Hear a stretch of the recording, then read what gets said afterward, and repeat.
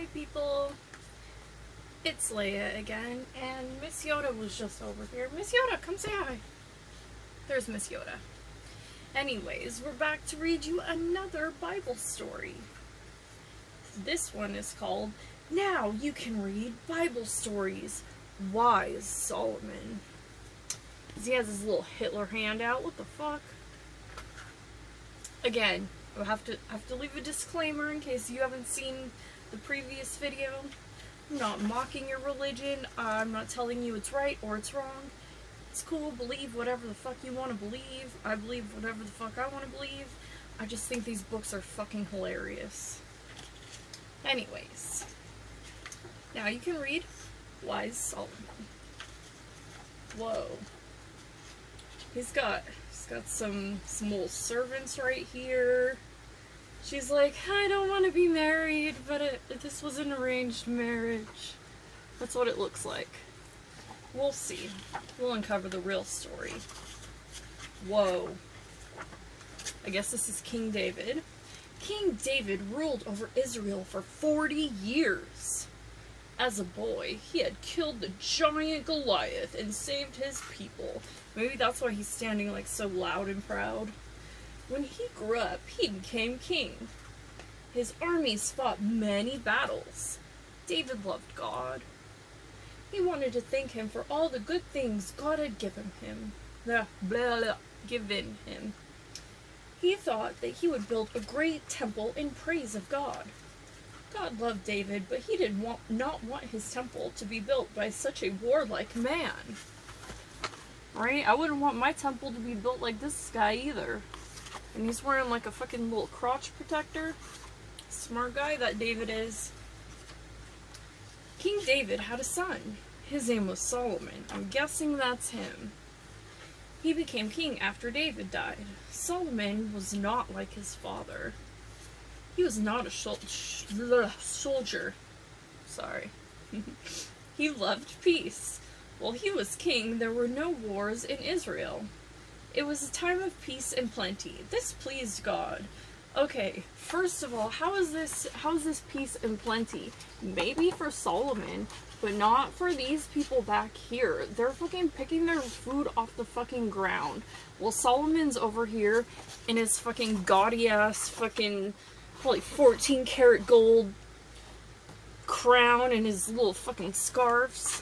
Well, look at these people. They're like, hey, Solomon, give us some goddamn food. These people. Oh, okay. This is where it gets good. Looks like they're flirting here. We'll see what's going on. Solomon was a young man when he became king. His country had many enemies. Solomon thought, how can I keep Israel from being attacked by its neighbors? I must find a strong friend. Yeah, okay, Solomon. No one is more powerful than Pharaoh, the king of Egypt. Solomon became the good friend of Pharaoh. After a while, he married the daughter of Pharaoh. Ulterior motives. He brought his new wife back home to Jerusalem. What a welcome they were given. See, I told you it was an arranged marriage. You can tell right there, she did not want to be in this marriage. She's like, I guess, at least he has money.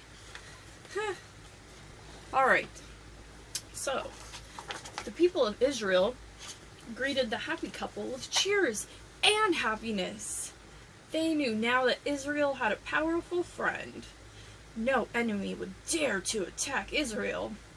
King Solomon was already proving he was a wise man, because you know, this means you're wise. Just, if anyone ever questions how wise you are, just sit like this.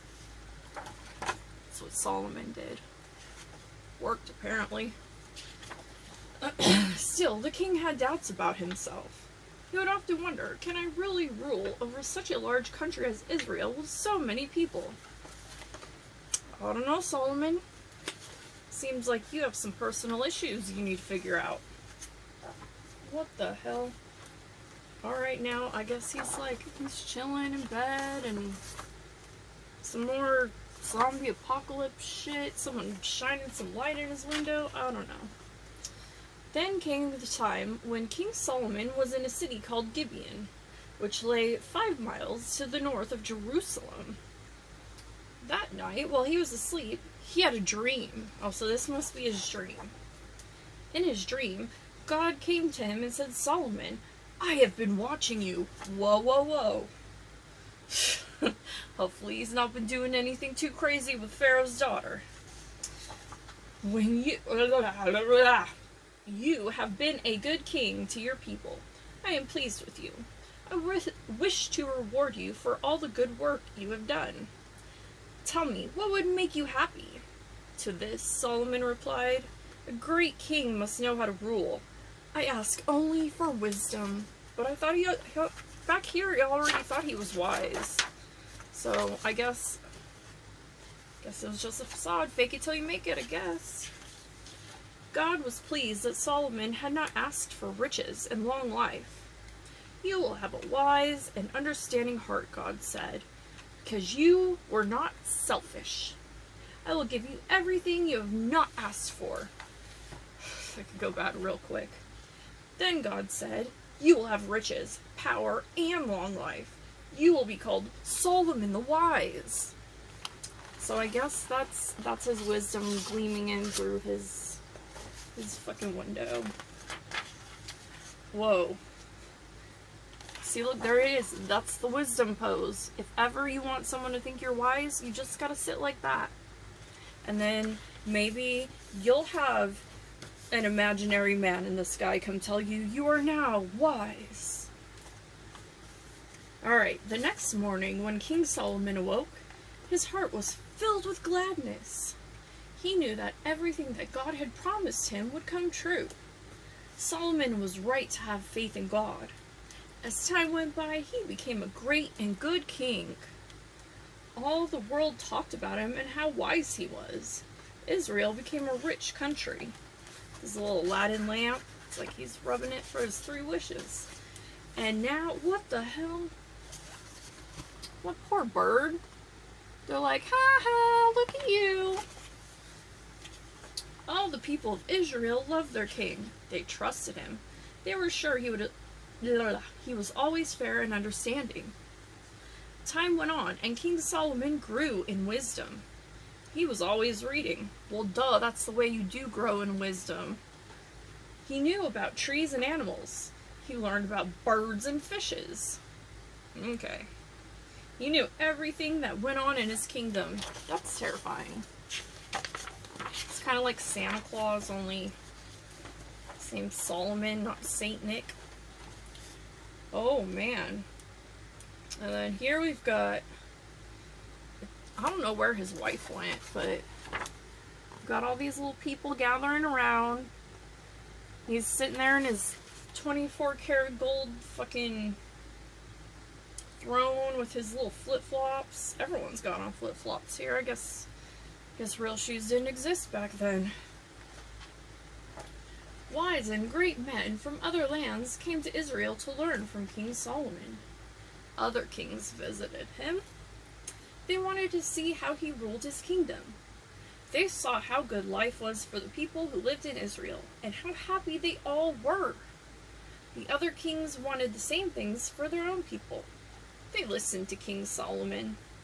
"How wise he is," they all said. "He is the wisest of all." Now they're just blowing up his head. Then Solomon remembered the great temple that his father had wanted to build. Now it was time for him to thank God for his blessings. He made up his mind to build the temple. But didn't God already say he didn't want the fucking temple? Shit. Okay, now here we see them discussing some architecture. He's like, "Look, I want it to look like this." And they're like, "You got it, boss." He's like, "While you guys are doing the hard work, I'm gonna color some pictures." And his little friend or whatever, he's like, "I'm gonna read some stories." But these are the motherfuckers that are gonna be building the temple, I'm pretty sure. Solomon called the finest builders to come and speak with him. He told them that he planned to build the greatest temple ever seen. The builders nodded. Then one said, "We must have cedar wood to build your temple, but no cedar trees grow in Israel." Okay. Now they're gonna have to go travel somewhere, probably. Oh no, they're writing a letter. Solomon wrote a letter to Hiram, the king of Tyre. There were plenty of cedar trees growing in Hiram's country. Hiram had been a friend of David. Alright. There's your cedar wood, David. Or Solomon, whoever the fuck you are. You know, Solomon wrote, that my father David had planned to build a great temple in praise of God. Oh, okay. Then Solomon wrote, I'm about to build the temple. My builders tell me we must have cedar wood, but no cedar trees grow in Israel. In your country, there are forests of cedar trees. Solomon then offered to trade wheat, barley, wine, and oil if Hiram would give him some of his cedar trees in exchange. King Hiram gave orders for many cedar trees to be chopped down. Okay, King Hiram does not care about the environment, obviously.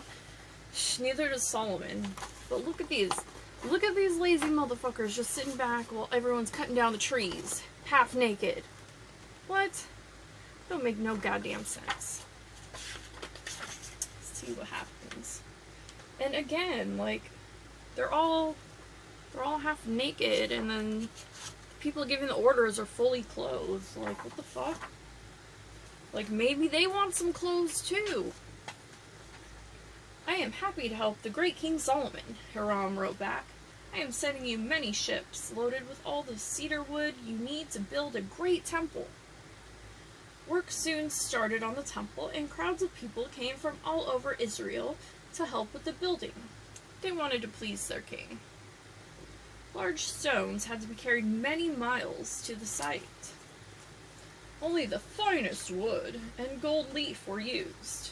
See, I told you 24 karat gold leaf, probably. The temple was covered with gold inside and out. Great statues of angels stood on the roof. But does anyone see any statues on the roof? Because I don't. Another discrepancy. Whoa. He's like, whoa there, buddy. He's getting a little offended now. It took 7 long years before the great temple was finished.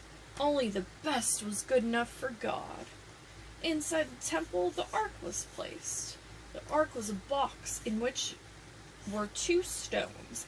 The 10 commandments that God had given to Moses were written on those stones. The ark was sacred to the people of Israel.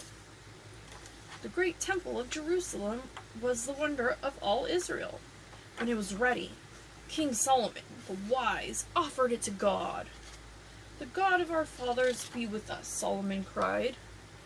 Raising his hands, we pray he will never leave us. I don't know, God didn't want that temple. That's it? That's the end? Really? Okay. I guess come to your own conclusions, pick your own stories. I guess that's the story of wise Solomon.